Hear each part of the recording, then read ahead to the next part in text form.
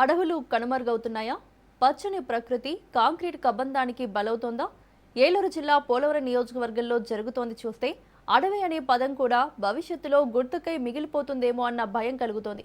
ఒకప్పుడు పచ్చగా కలకలలాడిన కుక్కునూరు అడవులు ఇప్పుడేమో నిశ్శబ్దంగా కూలిపోతున్నాయి.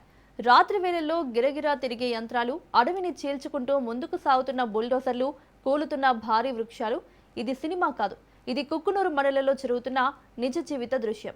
అటవీ శాఖ పరిధిలో ఉండాల్సిన భూములు ఇప్పుడు ఆక్రమణదారుల చెరలోకి జారిపోతున్నాయి.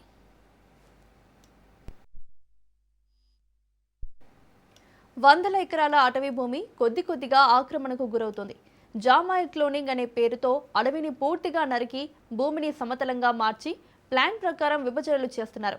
ఇది సాధారణ వ్యవహారం కాదు, పూర్తిగా ప్లాన్ చేసిన ఆపరేషన్లా కనిపిస్తుంది. ముందుగా చెట్లు నరికి ఖాళీ చేయడం, తర్వాత భూమిని లెవలింగ్ చేయడం, ఆపై చాంబర్ల నిర్మాణం, చివరికి నీటి కోసం అక్రమ బోర్లు, ఇలా స్టెప్ బై స్టెప్గా అడవిని మార్చేస్తున్నారు. సుమారు 7,000 చాంబర్లు, 2,000 ఎకరాల్లో పామాయిల్ క్లోనింగ్ ఏర్పాటు చేశారు. 7 నుంచి 8 గ్రామాల్లో విస్తరణ, వందల ఎకరాల అటవీ భూమి ఆక్రమణ, అనుమతి లేకుండా బోర్లు. ఇది ఒక్క రోజులో జరిగింది కాదు, కొన్ని సంవత్సరాలుగా నెమ్మదిగా సాగుతున్న భారీ ఆక్రమణ.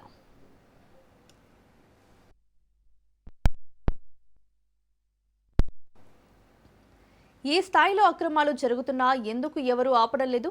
అటవీ శాఖకు తెలియదా, లేదా తెలిసినా చూడనట్టు నటిస్తున్నారా? స్థానికుల ఆరోపణలు మరింత తీవ్రమవుతున్నాయి. కొంతమంది అధికారులు చేతులు కలిపి అక్రమాలకు గ్రీన్ సిగ్నల్ ఇస్తున్నారు అని గ్రామస్తులు బహిరంగంగా ఆరోపిస్తున్నారు. అడవులే లేకపోతే భవిష్యత్ ఏంటి? వర్షాలు తగ్గిపోతాయి, నీటి సమస్యలు వస్తాయి, జంతువులు గ్రామాల్లోకి వస్తాయి. ఇలా ప్రజలు భయంతో జీవిస్తున్నారు. అడవులు కేవలం చెట్లు కాదు, అవి ప్రకృతి శ్వాస, వన్యప్రాణుల నివాసం కోల్పోవడం, ఉష్ణోగ్రతలు పెరగడం. ఇవి కేవలం అంచనాలు కాదు, ఇప్పటికే కనిపిస్తున్న ప్రభావాలు. ఈ వ్యవహారం ఇప్పుడు రాజకీయ రంగు దాల్చుతోంది. అధికారుల అవినీతి వల్లే ఇది అనే ఆరోపణలు అటు ఇంత జరుగుతోందని తెలిసినా సర్కారు నుంచి మాత్రం స్పందన లేని పరిస్థితి. ఇది కేవలం అటవీ సమస్య కాదు, ఇది రాజకీయంగా కూడా హాట్ టాపిక్గా మారుతుంది. ఇంత జరుగుతున్నా ఇప్పటి వరకు ఎటువంటి పెద్ద చర్యలు కనిపించడం లేదు. ఎన్ని కేసులు నమోదయ్యాయి? ఎవరిపై చర్యలు తీసుకున్నారు? ఎన్ని ఆక్రమణలు తొలగించారు? ఈ ప్రశ్నలకు సమాధానం లేదు. అడవిని కాపాడకపోతే రేపు మనల్ని ఎవరు కాపాడుతారు? కుక్కునూరు మండలంలో జరుగుతున్న ఈ అక్రమాలు ఇంకా ఎంతకాలం కొనసాగుతాయి?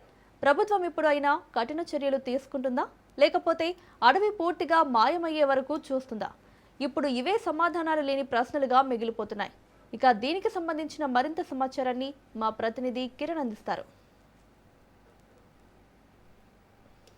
దేశవ్యాప్తంగా ప్రపంచవ్యాప్తంగా కూడా మొక్కలను కాపాడాలంటూ ప్రతి ఇంటికి కూడా మొక్కలు నాటాలని కూడా ప్రభుత్వం, ఏదైతే బీజేపీ ప్రభుత్వం, ఇటు ఏపీలో ఉన్నటువంటి కూటమి ప్రభుత్వం కూడా ఎప్పటికప్పుడు మొక్కలు నాటండి అని కూడా ప్రత్యేకమైన కార్యక్రమాలు చేస్తారు. అదేవిధంగా ఎవరి ఏదైనా ఉన్నత నాయకుల యొక్క పుట్టినరోజుల సందర్భంలో కూడా ఉన్నటువంటి ఏదైతే మండల స్థాయి నుంచి జిల్లా స్థాయి నుంచి కూడా పుట్టినరోజుల వేడుకల్లో భాగంగా మొక్కలను నాటే కార్యక్రమం ఇటు పోలీస్ స్టేషన్లో కానీ, అటు ఎమ్మెల్యే అలాగే ఎంపీ ఆఫీసులో, మంత్రుల ఆఫీసులో కూడా నాటే పరిస్థితి మనం దేశవ్యాప్తంగా మనం చూస్తూ ఉన్నాం. కానీ దీనికి ఇందుకు విరుద్ధంగా ఏలూరు జిల్లాలో ఉన్నటువంటి ఏదైతే ఉందో పోలవరం కాన్స్టిట్యున్సీలో, ఇక్కడ ఉన్నటువంటి పోలవరం కాన్స్టిట్యున్సీలో సుమారుగా 1000 నుంచి 1500 ఎకరాలు ఇక్కడ ఉన్నటువంటి జామాయిల్ క్లోనింగ్ ఇక్కడ జరుగుతున్న పరిస్థితి మనం ఇక్కడ చూస్తూ ఉన్నాం. ఈ నేపథ్యంలోనే ఇక్కడ ఉన్నటువంటి నర్సరీలు ఏదైతే ఏర్పడుతున్నాయో రోడ్డుకి ఇరువైపులా కూడా సుమారుగా ఒక 6 గ్రామాలను కలుపుకుని సుమారుగా ఒక 1000 ఉన్నటువంటి ఈ యొక్క నర్సరీలని ఏర్పాటు చేయడంతో పాటు అదేవిధంగా అడవులని జామాయిల్ క్లోనింగ్ సుమారుగా 20 సంవత్సరాలు పెరిగినటువంటి డీప్ ఫారెస్ట్లో ఉన్నటువంటి జామాయిల్ మొక్కల్ని పూర్తిగా నరికివేయన పరిస్థితి ఇక్కడ మనకి కనబడుతూ ఉంది. అదేవిధంగా ఇక్కడ ఉన్నటువంటి ఏదైతే ఫారెస్ట్ అధికారులు ఎవరైతే ఉన్నారో వాళ్ళు ఇక్కడ పూర్తిగా సహకరించి ఇక్కడ ఉన్నటువంటి మనం ఇక్కడ విజువల్స్తో చూస్తున్నటువంటి ఫారెస్ట్ ఆనుకుని ఇక్కడ ఉన్నటువంటి క్లోనింగ్స్ మనం ఇక్కడ చూస్తూ ఉన్నాం. ఇక్కడ ఏర్పాటు చేశారు నర్సరీని. ఇక్కడ ముద్దులు, అదేవిధంగా జామాయిలు నరికిన తర్వాత కింద ఉన్నటువంటి ఏళ్ల తరబడేటువంటి మొక్కలు కూడా ఇక్కడ నరికి గుట్టల పైన కూడా అనాధికారికంగా కూడా ఇక్కడ ఉన్నటువంటి నర్సరీలు కూడా ఏర్పాటు చేయడంతో పాటు ఇక్కడ ఉన్నటువంటి గిరిజనులకి కావలసినటువంటి సంపదని బడాబాబులు ఇక్కడ సొమ్ములు చేసుకున్న పరిస్థితి కూడా ఇక్కడ మనకి కనబడుతుంది. అదేవిధంగా ఓ పక్కన మొక్కలను పెంచితే ప్రభుత్వం యొక్క నియమ నిబంధనల్ని పాటించుకోకుండా ఇక్కడ బోర్లు కూడా ఏర్పాటు చేయడంతో పాటు ఇక్కడ 2009లో జరిగినటువంటి పోడు భూముల ప్రక్రియను కూడా ఆపిన పరిస్థితి కనపడుతుంది. కానీ ఇప్పటికి కూడా ఈ పోడు భూములు కొట్టుకుంటూ ఎవరికీ తెలియకుండా ఇక్కడ ఉన్నటువంటి గ్రామాల లోపల ఏదైతే డీప్ ఫారెస్ట్ ఉందో ఇక్కడ కొన్ని వందల ఎకరాలను ఇక్కడ నరికిని ఇక్కడ ఉన్నటువంటి నర్సరీని ఏర్పాటు చేసి ఇక్కడ సంపదన అంతా కూడా ఇక్కడ చేసుకోవడం జరుగుతుంది. అయితే ఇక్కడ కొంతమంది మనం రైతులతో మాట్లాడిన పరిస్థితి అయితే మేము రైతు సాగు చేసుకుంటున్నాం, చాలా మందికి కూడా ఇక్కడ కూలీ చూపిస్తున్నాం అంటూ ఉన్నారు. కానీ ఇక్కడ చేసేది పూర్తిగా వ్యాపారమే.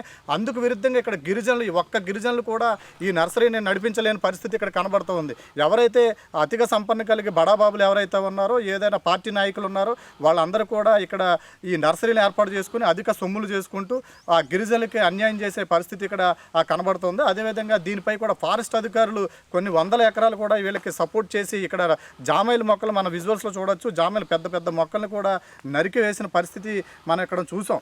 ఇక్కడ ఈ మొక్కలను నరికి పెడుతూ ఇక్కడ ఉన్నటువంటి ఫారెస్ట్ అధికారులకి నెల ముడుపులు ముడుతున్నాయి అన్న కోణంలో కూడా కొంతమంది ఆశ్చర్యం వ్యక్తం చేస్తున్నారు. అదేవిధంగా ఎకరాల భూముల్లో పాటు లక్షల రూపాయలు కూడా ఇక్కడ మండల స్థాయి అధికారుల నుంచి జిల్లా స్థాయి అధికారుల వరకు కూడా సొమ్ములు చేరుతున్నాయని కూడా ఇక్కడ అనేక ఆరోపణలు కూడా మనకి ఇక్కడ వినపడే పరిస్థితి ఇక్కడ మనకి కనబడుతుంది. మన విజువల్స్లో ప్రత్యేకంగా మనం చూడవసరం లేదు.